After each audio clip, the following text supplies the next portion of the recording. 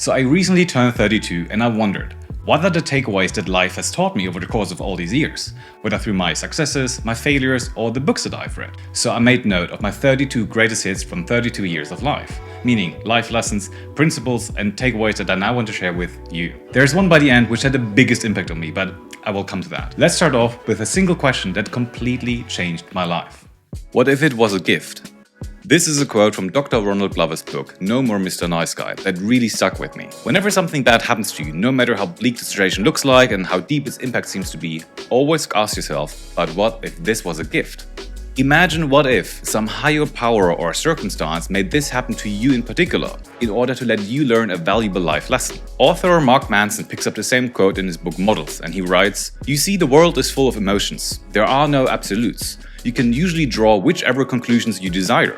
So why not choose to draw conclusions of blessings, positivity, and gifts?" In my mind, this is a really powerful question that lets you derive learnings and knowledge from bad happenings and lets you move on and look forward. And it can not only be applied to single instances, but also the bigger picture. You can ask yourself every night before going to bed, what was today's gift? And be more mindful of the positive happenings throughout your day as well as the takeaways from the bad ones.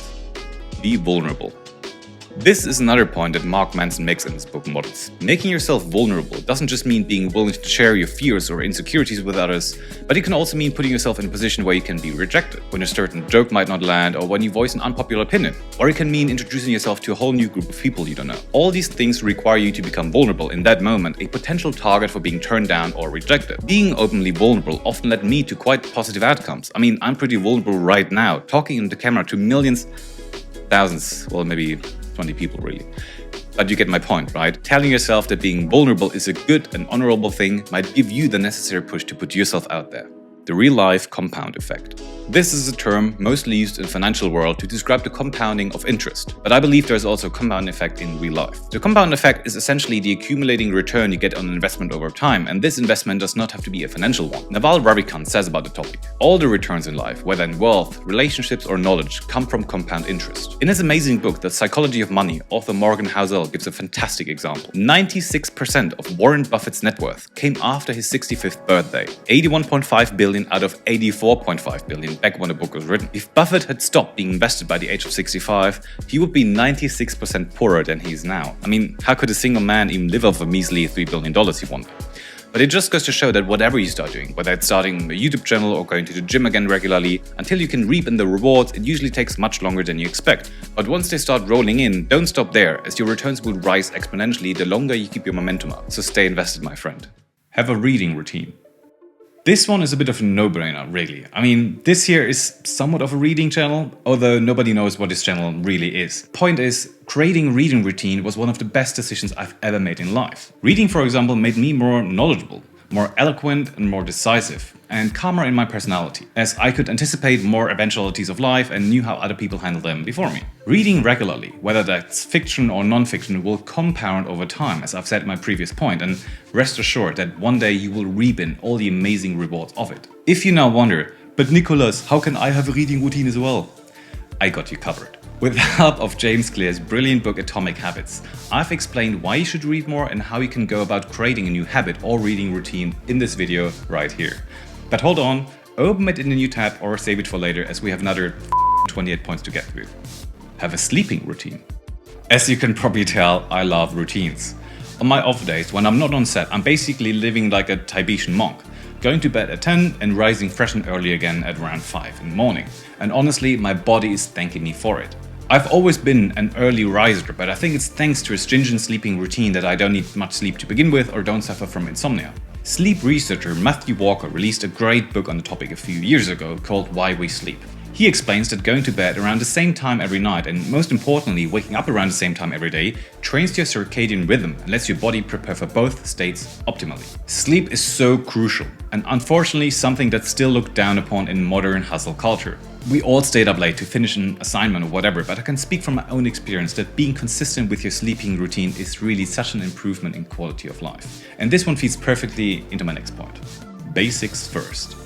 I have a very dear friend who has so much stress in her job that she constantly forgets to eat and drink.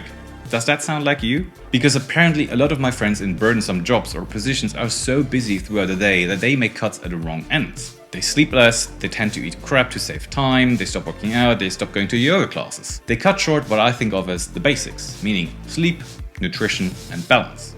Now, mind you, I've fallen into the same trap myself in the past, so I'm not speaking down from a high horse here. But I also realized that in order to give the performance that I and others are expecting of me, I need to tend to the basics first. Give them priority over everything else, which also includes work. It's a bit of an overly done saying, but telling yourself that you don't have the time, it's just a different way of saying that you didn't give it the priority it deserves. And sleep, nutrition, and balance are the absolute groundwork for our body and mind. What else could be more important than a functioning you?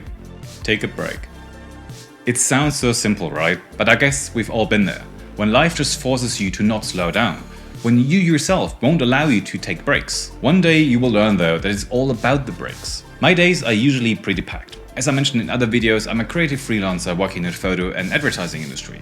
And now I'm also trying to build a YouTube channel on the side. And I'm reading between 1 and 2 hours every day. Oh, and of course you have to stay active and eat healthy and maintain social relationships and find a partner and be there when your friends need you and push harder, move faster, aim higher. But you will only be able to do all that when you allow yourself some breaks. You can only burn the midnight oil so many times until the tanks are empty. I know how it feels like to want to keep the momentum up, and sometimes you have no other choice. But listen inwards every now and then. Whenever I allowed myself a break, I never came back from it not refreshed, not with new ideas, not ready to tackle life again. So allow yourself to have the courage to pull the handbrake when needed. It's better to be an hour early than a minute late. Of course, this is the German in me speaking, but it's quite true. Being late in a professional setting is just straight up unprofessional, and in a private setting it's rude. So when planning out your days, allow for extra time for when to leave the house, as there are a lot of unforeseen things that can happen along the route. You might miss a bus or struggle to find a parking spot right away. And thanks to smartphones or laptops, should you have access to them, you will always be able to make use of the extra time you got at your hands when arriving early, so it's pretty much a win-win situation, really. Perfect is the enemy of the good. This is a famous saying by my good old friend Voltaire, implying that getting something done, even though it might not be 100% perfect, is in most instances still better than struggling to deliver on something at all. Don't get me wrong, I'm a perfectionist myself, where and when applicable, but over the years I found it way more beneficial for my career or mental well-being to get things done at 90% quality, rather than dragging out the results trying to achieve this mythical 100% mark. Especially when working with clients, speed can be of essence, and even higher valued due to the fact that a lot of people can't spot the last percent of quality anyway. But they will value a prompt delivery of their ordered goods and services, as it's just hard to ignore. And if you're good at your craft, and 90% from you might still be better than 100% from someone else. A flower is simply a weed with an advertising budget. This one is not really a life lesson, it's just a funny way of looking at the world. It's from Rory Sutherland's amazing book Alchemy, which is full of these magical little takeaways from the advertising world. Rory is chairman of the Ogilvy Group, a major advertising agency and the classic ad man himself. The saying basically means that at our core, we're all the same. We're all weeds, and that some people just have the financial means or talent to advertise themselves as being better than others. There's another book called The Unfair Advantage by Ash Ali and Hasan Kubba, which is a pretty good guide on how to find your talent or advantage to advertise yourself as a flower. I've put a link to both in the description below. Time is your most important asset. If you think about it, time is all we want. People might say that being healthy is the most important thing in life, and that's also true, but in the end, being unhealthy might just mean to have your time on earth cut short. So to me, the most valuable currency we have in life is time. This goes back to a point I made earlier about being punctual, but it's so much more than that, as the next few life lessons will explain. Making time your most important asset, and yes, even more important than a few crumbs of Bitcoin you're holding, creates a shift in perspective that puts you and your interests front and center. Many of the life lessons on this list feed from this principle, so I'm going to say it once again: time is your most important asset. Every bad day will go by.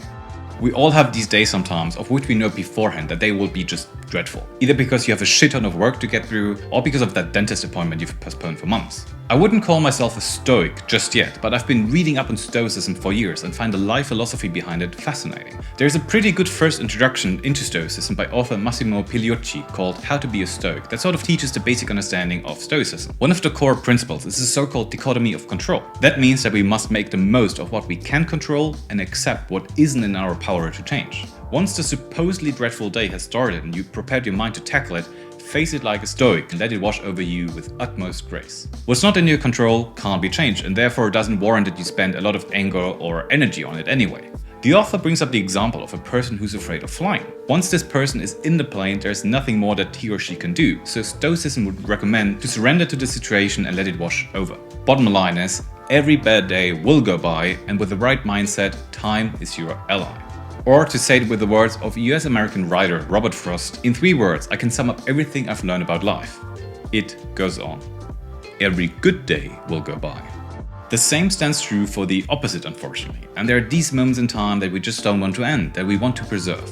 In the same vein that I'm not a Stoic, I'm also not a Buddhist, but reading up on Buddhist teachings taught me a lot about mindfulness over the years. Again, if you're looking for an entry point into mindfulness, I can recommend Mindfulness in Plain English by Henepola Gunaratana, a monk that devoted his life to Buddhism by the age of 12. Mindfulness, in essence, means maintaining a moment-by-moment awareness of our thoughts, feelings, body sensations and surrounding environment through a gentle, nurturing lens. Mindfulness means that you don't judge, that you accept every moment as it is. It acts like a magnifying glass to life happening right in front of you and has the power to almost preserve these moments you so want to treasure. Acceptance and gratefulness lead to inner peace, and in the end that's all we want, isn't it? Mindfulness can also be taught and trained through other means such as meditation or yoga, and a lot of studies have shown that people who practice it regularly show an increased density in brain gray matter, which in turn is associated with the faster processing of information. So, namaste, my friends. If it's not a hell yeah, it's a no. This life principle derives from Derek Sivers' book Anything You Want, which I talked about in further detail in this video right here. It basically says that you should only do the things that you really want to do, that you shouldn't do things which you are just lukewarm about. It's not saying that you should not be open to new experiences. Go out there and explore and push your limits. But if time is of essence to you, only do what really fulfills you. No one wants to have you around if you give up the vibe that you would rather be at home anyway. No one wants to be in a relationship with you if you are not fully committed, and the same goes for business partnerships. So if it's not a hell yeah, I'm up for it, it's a no. And in the long run, you will be much happier about it. Trust me, I've been there. I've been there. A strong no is better than a weak yes. This one builds upon my prior point. Basically, all we want in life is for people to express their honest opinion to us, so that we know what to work with. Or to put it another way, to have an opinion in the first place, even though it might be an unpopular one, is still better than having none at all or one that you don't stand behind. I'm at an age now where a lot of my friends in relationships have to ask themselves whether they want kids or not. And just anecdotally, it tends to be the guys who are more unsure about their opinion on the matter. It's a prime example for where I don't know or I'm not sure are not real answers. They don't elevate the relationship to the next level. And the strong no in this example is in my opinion still the better answer, as either you really want kids or not. But as with everything else in life, nothing is really black or white. So of course I hope that you can draw your own conclusions from all these life lessons. Look at them more as like blueprints. Don't spend time with people who don't reciprocate. It took me way too long to realize this. It's a life lesson that should apply to everyone, but most predominantly to introverts. Being an introvert myself, I'm very sensitive to my energy levels, and some social scenarios drain my batteries more quickly than others. There are people out there who charge their batteries in a social setting, and that's quite admirable, but I'm definitely not one of them. Hence, it's very crucial for me to be selective in who I'm spending my time with, as there needs to be an equal exchange of energies, interests, and knowledge instead of the conversation being a one-way street. Too often, I gave a weak yes to my attendance of social gatherings and came away from them sort of drained of energy. Mostly because the other party didn't reciprocate my level of interest in them, or I felt exploited by people who only got in touch because they wanted something from me. It took me years to learn to say no to these instances, but I'm so much better off for it. Of course, this is not a call to cut out all your social ties, but as with the other points I made prior, be selective. You can say no. It might diminish your social circle, but to what extent is that a bad thing if the people who are left over really match your expectations of a good friendship? Own your decisions. This is a life lesson I think of as one of the most important ones. Very often we come to certain crossroads where there is no right or wrong answer, or the outcome is either hard to predict or unpredictable at all. To own your decisions then means that you should make educated guesses to the best of your knowledge. And even if it turns out that you made the wrong choice, be accepting of your mistake and apologetic if necessary. Most of the time, the way people handle their mistakes is way worse than the mistakes they made in the first place. If you own your decisions, it shows that you are in control of yourself and your choices. That you don't decide things in a willy-nilly, but rather based on educated facts. And as I've alluded to earlier, every human being appreciates when people express their honest opinion to them. Your decisions might turn out to be wrong. They might turn out to be right. It's just important that you are in control of them and own up to them if necessary. Start with why. This one is taken from Simon Sinek's book of the same name, and the idea is that whatever you try to do or design or trying to achieve, you should plan your approach from the why first. Getting to the core of your true intentions can help you model the perfect way ahead for you. Having a why or a clearly defined goal can also act like a carrot on a stick. It can be this thing you're aiming for that's right in front of you and yet so far away. In the design world, there's this very famous principle of form follows function, which states that the shape of an object or a building should primarily relate to its intended function or purpose. And the same principle can be applied to all your actions and goals. I want to do a whole video about this concept. how outlining your dreams as detailed as possible can be the best guidance you can ask for in life. So thank you for subscribing so you're not missing out. You are remembered for the rules you break. This is a quote from Phil Knight's Shoe Dog, in which the founder of Nike tells the story of how he established his famous shoe brand. I did a whole book review about it in this video. And if you think about it, there's quite a bit of truth to it. A vast majority of the great inventors of the world are remembered for setting a new status quo, for breaking certain rules that were unthinkable to break up until this point. Of course, let's not ignore that some of the greatest leaps in human history often came at a substantial human cost as well. Please don't go out and break the law, but rather try to circumvent certain mental obstacles that block the path in front of you and constantly ask yourself, how could this be better? It's a simple question, but one that could trigger an idea which in turn might break the status quo down the line. Underpromise and overdeliver. When you purchase an item on the Apple Store, say a new iPhone or a shiny new iMac, Apple will always give you a vague delivery window of when to expect your goods. Every single time that my friends and I ordered from them, the items came faster than we expected and the delivery thereby exceeded our expectations. The same principle applies wonderfully in a business setting or a social setting. When clients ask me to resend some images or do a quick retouch in Photoshop, I will always give them a time estimate that's 20 to 50% higher than what I will most likely need. Not only does that give me some leeway for potential hiccups along the way, but it also results in a client that got what they asked for much quicker than they expected and will therefore be much happier about it. There is no free lunch. This is a common saying in the investment world. It means that nothing in life is for free. For every positive, there had to be a transaction being made, often at a price. When a product is free, you are the product.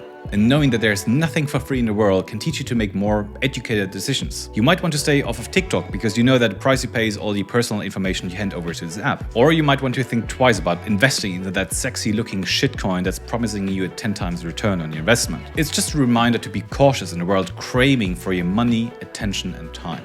You need to spend money to make money.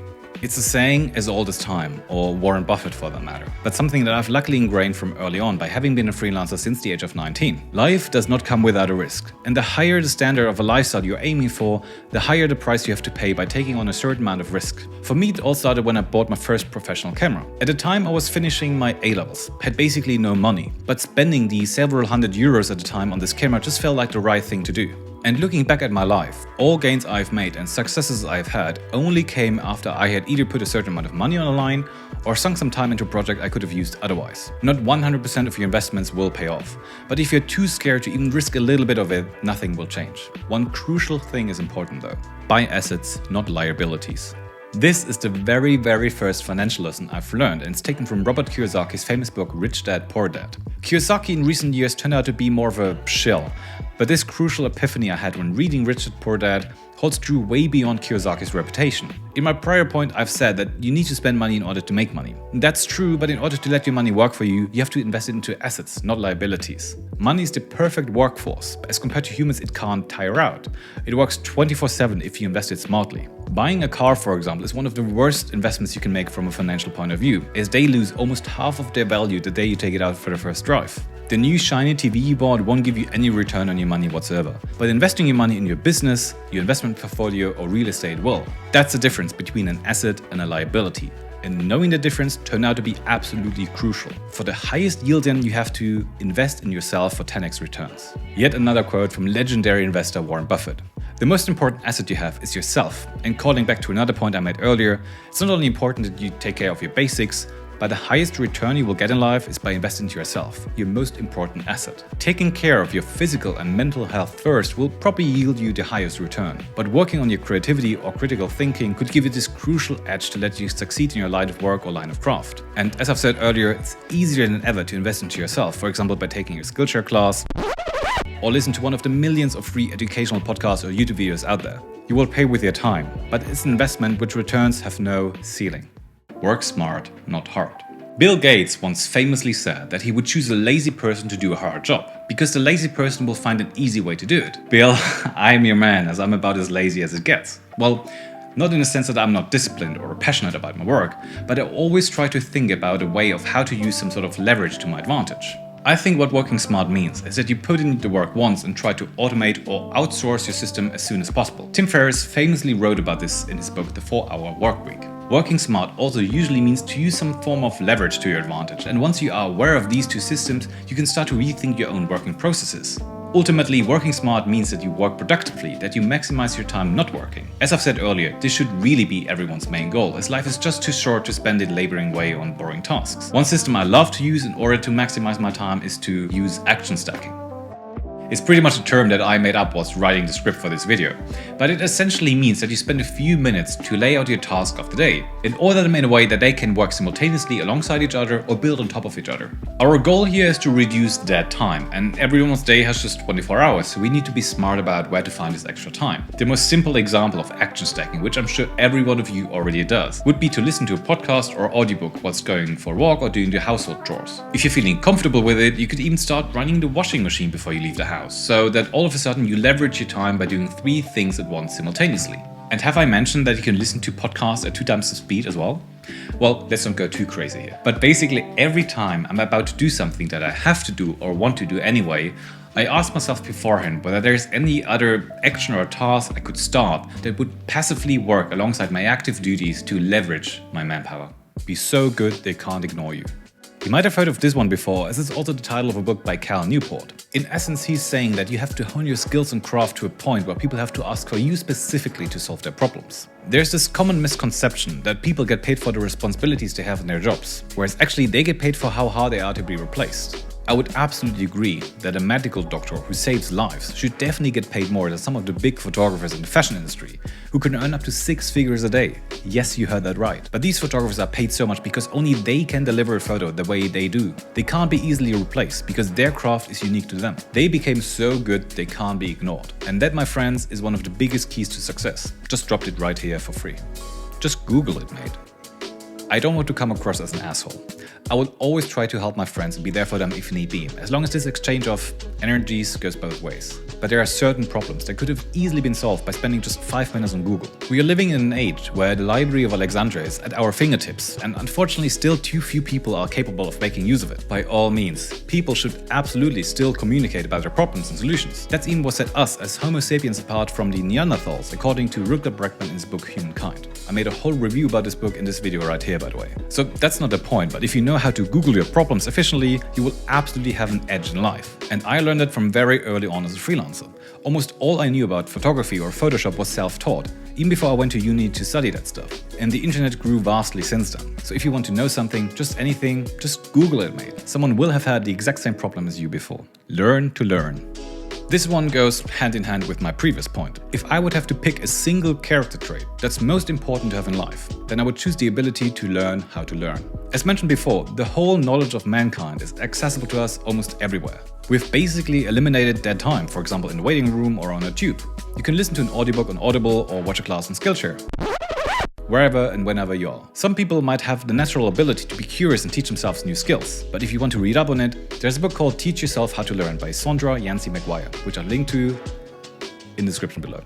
Does your problem matter to the universe? I hope that at one point or another you had this moment in your life where you could watch the night sky in all its glory, not polluted by any light sources, but just in its tranquil beauty. Looking up to the stars helped mankind for millennia to orientate themselves, to be guided, to feel humble. And even though the connection to the universe is somewhat lost due to the rise of civilization and modern megacities, when you have this moment, you can still feel it. That whatever your problems are, whatever you are worrying about, it's all sort of self-made. It doesn't matter whatsoever to the universe. It's this shift in perspective that helped me at times to ground myself, to remember that whatever it is that seems to be the problem is ultimately self-made, and its severity vanishes like stardust. Every space traveler that came back to Earth said that looking at our planet from space made them feel humble and showed them that we really all are brothers and sisters, that you can't see borders from space. Reconnecting with that thought can be soothing because it goes back to our intrinsic nature as human beings, where for millennia we were guided by the same universe that still encompasses us today. You can only connect the dots looking backwards. This is one of the most important insights into how life works, and it comes from no other than Steve Jobs. In 2005, he gave a now very famous commencement speech to graduates of Stanford University, which I watch regularly to this day. In this speech, he talks about how we sometimes make decisions in our lives that seem to go nowhere, or to be a waste of time. It is only looking back at our lives that we can see the true value and meaning of the decisions we've made. Again, you can't connect the dots looking forward. You can only connect them looking backwards. So you have to trust that the dots will somehow connect in your future. You have to trust in something your gut, destiny, life, karma, whatever. Because believing that the dots will connect down the road will give you the confidence to follow your heart, even when it leads you off the well-worn path. And that will make all the difference. He ended his speech with 4 words that really stuck with me and with which I want to end my speech on as well. Stay hungry, stay foolish. This is somewhat of the essence of life, isn't it? It's a reminder to keep exploring the world with an open mind, to test things out, to think outside of the box, ultimately to make the world a better place. It's a beautifully simple and yet powerful message, and one of the life lessons that have turned out to be true over and over again for me. Most often it's only by letting go, by freeing your mind, that you're starting to think differently. And the mind that's thinking outside of the box, in combination with the hunger to make the world a better place, can be a powerful force. Thank you and see you next time. Ciao.